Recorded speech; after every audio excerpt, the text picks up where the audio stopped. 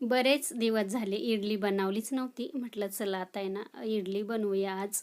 आणि त्याच्यानंतर आहे ना दिवाळीचे नारळ वगैरे पण आलेले होते ओवाळायचे, तर म्हटलं चला नारळ पण आहे आपल्या घरामध्ये, तर मग चटणी पण होईल आणि इडली पण होईल. चला किती वेळ भिजत ठेवायचं आणि कोणते तांदूळ वापरायचे सविस्तर मी याचा व्हिडिओ टाकणार आहे.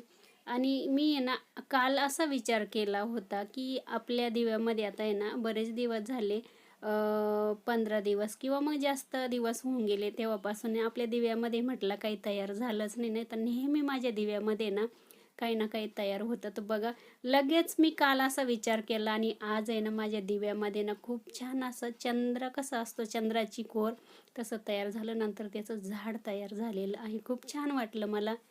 आणि त्याच्यानंतर आहे ना इथे ना साड्या माझ्याकडे आलेल्या आहे कस्टमरच्या फॉल बिडिंगसाठी. म्हटलं चला आता तुमच्यासोबत ते शेअर करूया. आता बघते आज जर वेळ भेटला तर मग साड्यांना फॉल लावते.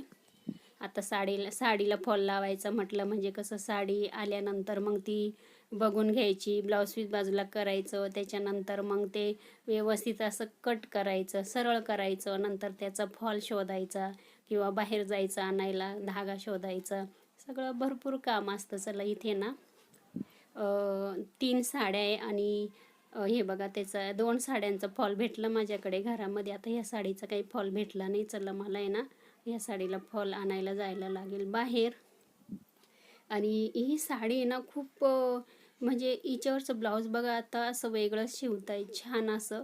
ती साडी आहे आणि खूप जड आहे. आता ह्या साडीचा पण मी फॉल कसा लावायचा त्याचा व्हिडिओ पण मी तुमच्यासोबत शेअर करेल पुढे.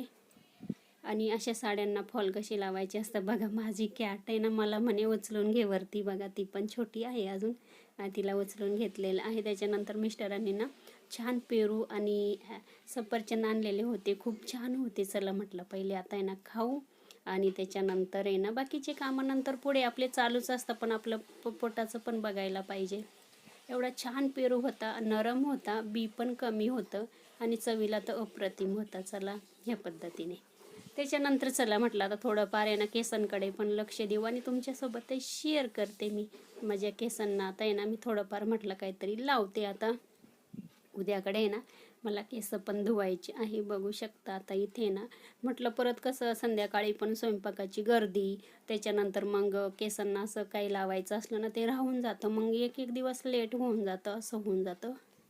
आणि चला नंतर आहे ना पुढे लवकरच तुमच्यासोबत मी शेअर करणार आहे मी माझ्या केसांसाठी काय लावत असते ते. चला इथपर्यंत सांगणार आहे. धन्यवाद.